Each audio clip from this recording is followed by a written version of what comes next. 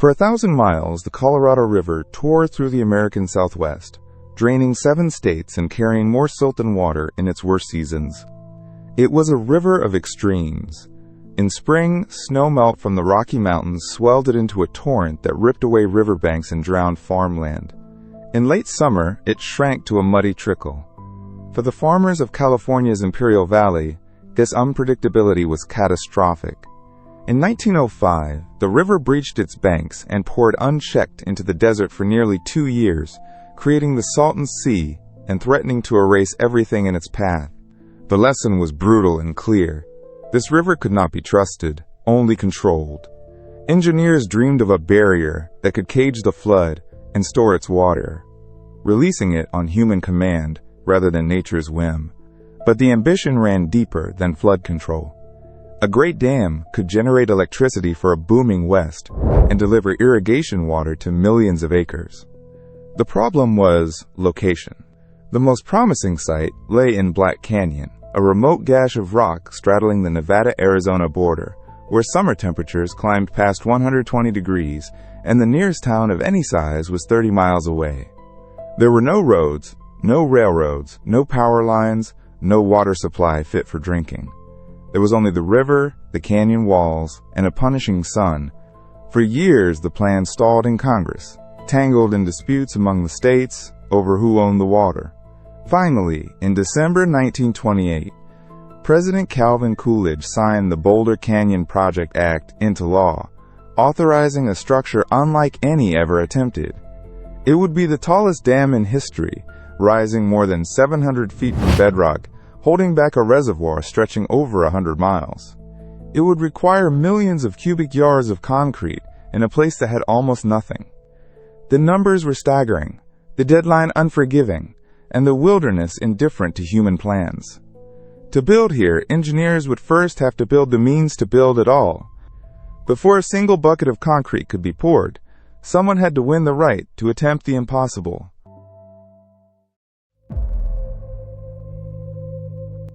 The federal government invited bids for the greatest construction contract it had ever offered, and the price of failure was ruin. No single firm in America had the money or the machinery to attempt a project of this magnitude alone. The performance bond alone demanded $5 million. So 8 Western construction firms pooled their resources into a single consortium, brashly named 6 Companies, Inc., gambling their combined fortunes on a bid few could survive. Their sealed offer came to just under $49 million, within a whisker of the government's own secret estimate. In March 1931, they won. In April 1931, the project officially advanced, and the gamble became real. The contract terms were merciless. 6 companies had 7 years to complete the dam, but every day of delay carried a penalty of $3,000. The scale defied comprehension. The structure would consume more than 3 million cubic yards of concrete, enough to pave a highway from coast to coast. It would rise as tall as a 60-story building, its base as thick as 2 football fields laid end to end. And all of it had to be built in a canyon accessible only by a rough desert trek. When the first crews arrived, there was almost nothing waiting for them. The land offered no shelter from a heat that could kill a working man in hours.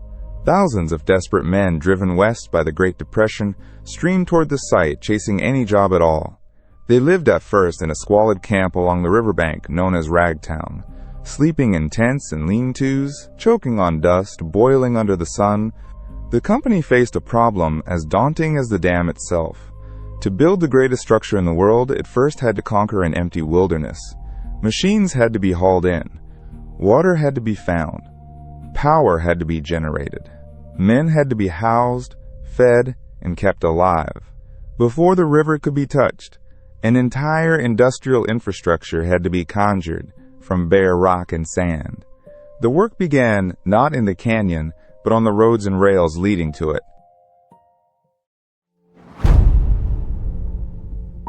Nothing could reach Black Canyon until men built the arteries to feed it. The first battles of the Hoover Dam were fought not against the river, but against distance and terrain. Crews graded a highway from Las Vegas across the open desert. blasting a route through rock and laying down miles of surface capable of carrying heavy trucks and machinery.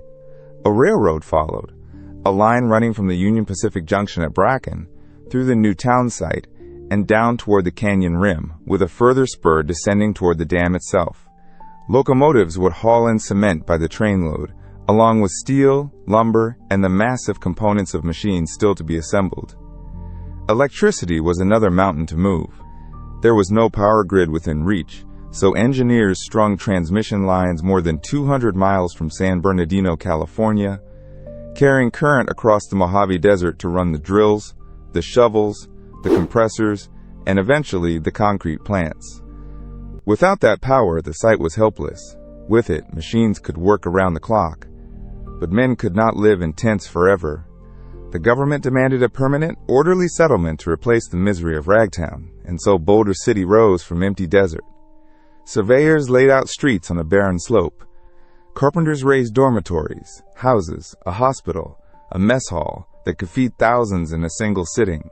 Water was piped in from the river and treated. Within months, a functioning town existed, where there had been only creosote bush and sand, eventually housing several thousand workers and their families. It was a company town, tightly controlled, alcohol forbidden, its purpose singular, to keep the workforce alive and productive. By the time these support systems were finished, the project had already transformed the region. Roads scarred the desert, rails gleamed toward the canyon, wires hummed with borrowed power, and a city stood where none had been. Yet all of it was merely preparation. The true obstacle still stood untouched. The Colorado River, roaring through the canyon, blocking the dam site itself. Before construction could begin, that river had to be forced out of its ancient bed entirely. The answer lay hidden inside the canyon walls.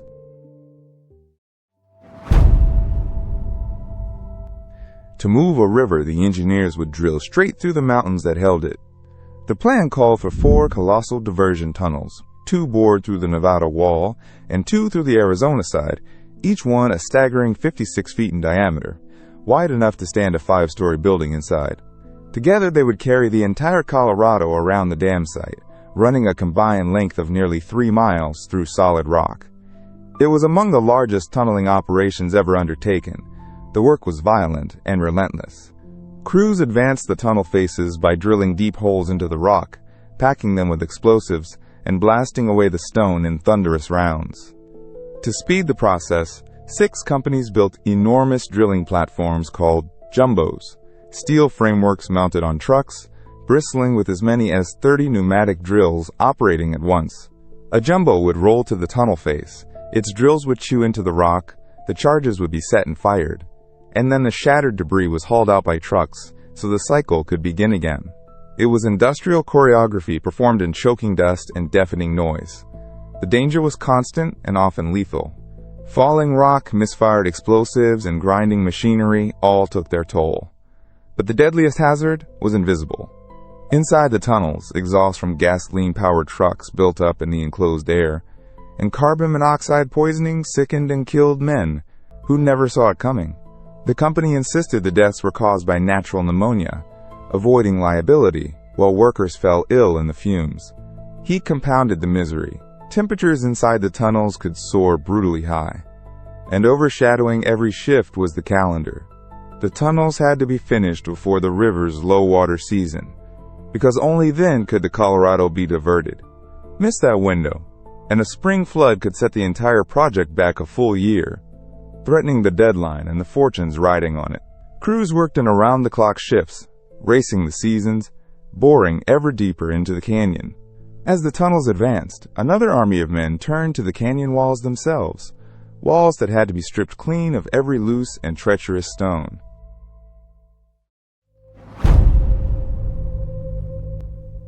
Before the dam could grip the canyon had to be scrubbed down to sound rock.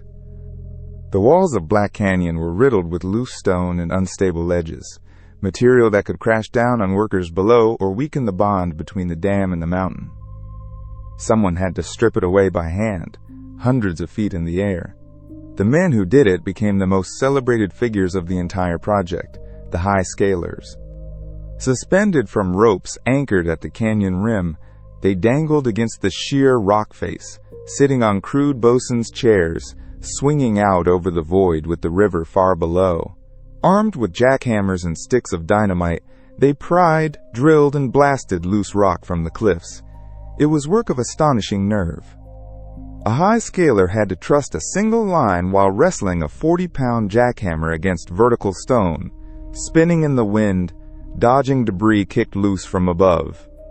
Many were Native American workers and daredevils who took pride in the danger, performing acrobatic feats that awed onlookers, swinging from wall to wall, even catching falling comrades in midair. They fashioned their own hard hats by dipping cloth caps in tar and letting them harden, and improvised armor against falling rock that helped inspire the modern safety helmet. While the scalers cleaned the walls, the machines went to work on the canyon floor and approaches. Steam shovels and power excavators tore into the earth, biting out great mouthfuls of rock, gravel, and sediment. Over the course of the project, crews and machines would strip away millions of cubic yards of material, hauling it off in an endless procession of trucks. The goal was singular: expose the bare bedrock on which the dam would stand, because only rock strong enough to bear the weight of billions of pounds of concrete and water would do. Foot by foot, the canyon was carved and cleaned into shape, its walls scoured, its floor gouged toward stone. But the river still ran through the middle of it all, defiant. Everything now depended on the moment the Colorado could finally be forced from its bed.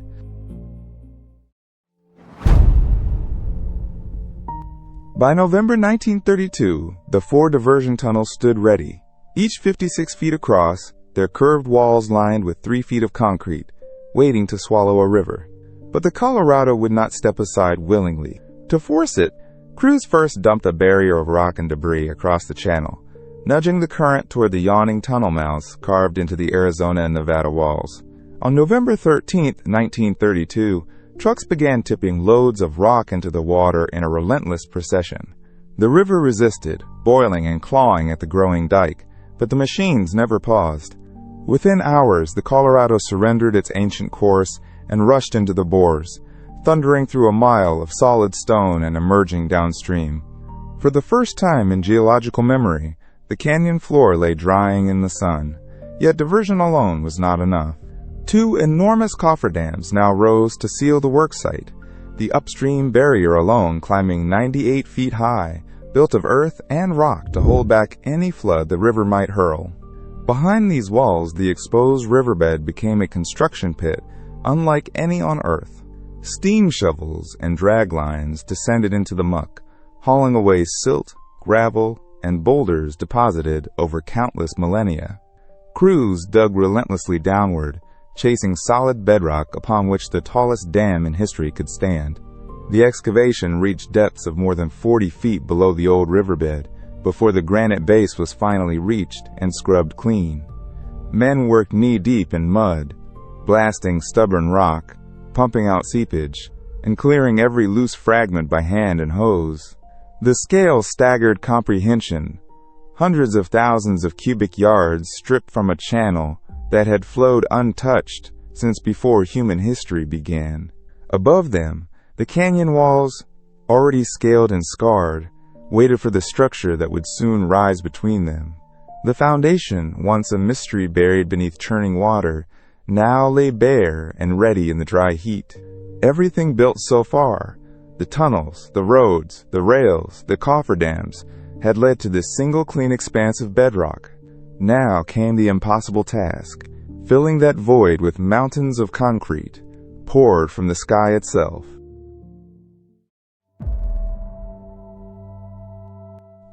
To move concrete across a canyon 200 feet wide and hundreds of feet deep, engineers strung cableways between towers anchored high on the rims. These steel skylines became the arteries of the entire operation. The largest could carry 20-ton loads, sweeping men, machinery, and towering buckets of wet concrete out over empty air and lowering them with astonishing precision onto the growing dam. Operators, guided only by signal flags and hand codes, positioned each load within inches, hour after hour, in searing heat and choking dust. On June 6, 1933, the first bucket of concrete swung out over the bedrock and released its cargo. History had begun to set in stone. But engineers faced a hidden enemy: heat. A single monolithic pour of over 3 million cubic yards would take a century to cool, cracking as it shrank. The solution was radical. The dam was divided into a grid of interlocking vertical columns, more than 200 of them, shaped like giant blocks fitted together like masonry. Each column rose in layers no more than 5 feet deep, poured one at a time. Threaded through every layer ran nearly 600 miles of 1-inch steel pipe, carrying chilled water from a dedicated refrigeration plant capable of producing 1,000 pounds of ice per day. The circulating water drew the heat out of the curing concrete, cooling the artificial rock in months rather than lifetimes. Bucket after bucket descended from the cableways, each holding 8 cubic yards, dumped, spread, and vibrated into place by crews swarming across the columns. The rhythm was ceaseless: fill, cool, rise, repeat. Slowly the terrace blocks climbed the canyon, a stepped mountain of gray taking shape where the river had roared. Workers scrambled between forms, hauling hoses, guiding buckets, packing the seams between columns with grout to fuse the whole into a single, unbroken wedge of concrete. From the rim, the dam resembled a colossal honeycomb, rising steadily toward the sky. Every day, the skylines carried more of the mountain into being, but this was only the beginning of the pour. Ahead lay 2 more relentless years, and millions more cubic yards before the final bucket would fall.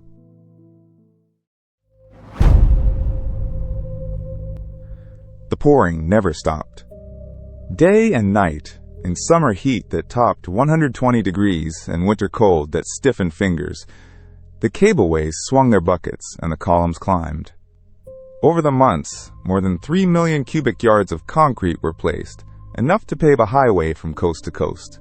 Each of the interlocking blocks rose in its measured 5-foot lifts, cooled by the pipes, then grouted tight to its neighbors until the entire structure fused into one seamless arch-gravity wall, 726 feet tall and 660 feet thick at its base. The dam pressed back against the water, not by brute mass alone, but by wedging itself into the canyon walls, transferring the river's immense force into solid rock. On May 29, 1935, the last bucket of concrete was placed. The pour was finished. But a dam is more than a wall. It is a machine for turning water into power. Even as the final columns rose, crews installed the intake towers, 4 cylindrical structures, 395 feet tall, that would draw water from the reservoir and feed it downward through steel penstocks 30 feet in diameter. These pipes, thick as railroad tunnels, plunged toward the powerhouse at the dam's base, a U-shaped structure hugging both canyon walls. Inside, engineers mounted the generators, massive turbines designed to spin as falling water struck their blades, each unit capable of producing tens of thousands of horsepower. Workers bolted, welded, and wired the machinery into place, testing every valve and gate. The reservoir behind the dam, Lake Mead, had already begun to fill as the diversion tunnels were sealed and the river backed up against the completed wall. Water that had once run wild through the canyon now stood captive, rising foot by foot, its weight pressing against the concrete monument that held it. What had been a dry, blasted pit only 3 years earlier was now a working colossus of steel and stone, poised to light cities and irrigate deserts hundreds of miles away. Every road, tunnel, cableway, and column had converged toward this moment. The structure was complete in body. Now only the final measure remained, the calendar and the promise made against it.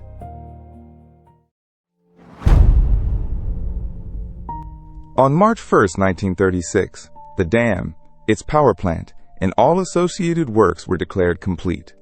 The contract had allowed until 1938. 6 Companies, Inc.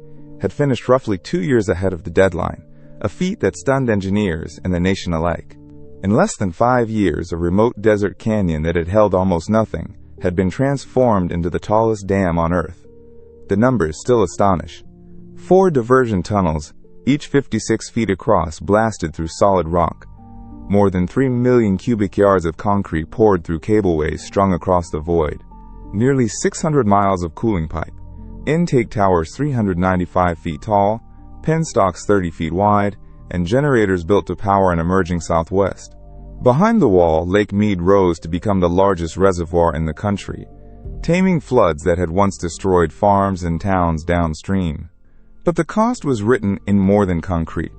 Nearly 100 workers died in the official count, crushed by rock, struck by falling equipment, lost to the merciless heat, or fallen from the cliffs and cableways. High-scalers who had dangled on ropes, tunnel crews who had breathed dust and fumes, shovel operators who had labored in the drained riverbed. These were the men who bent nature to a blueprint. They built roads and rails where none existed, raised Boulder City from bare desert, diverted a river that had flowed untouched for ages, and stacked a mountain of stone into the sky. The machines were extraordinary. The jumbo drilling rigs, the steam shovels, the 20-ton cableways, the refrigeration plants churning out ice. Yet the machines were nothing without the hands that guided them, the crews who worked around the clock through freezing nights and scorching days. The legacy still stands, generating power, storing water, and anchoring the growth of an entire region for generations.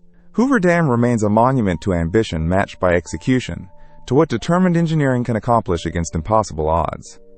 In a wild canyon in the span of a few short years, the impossible was made permanent. Machines and men tamed a river.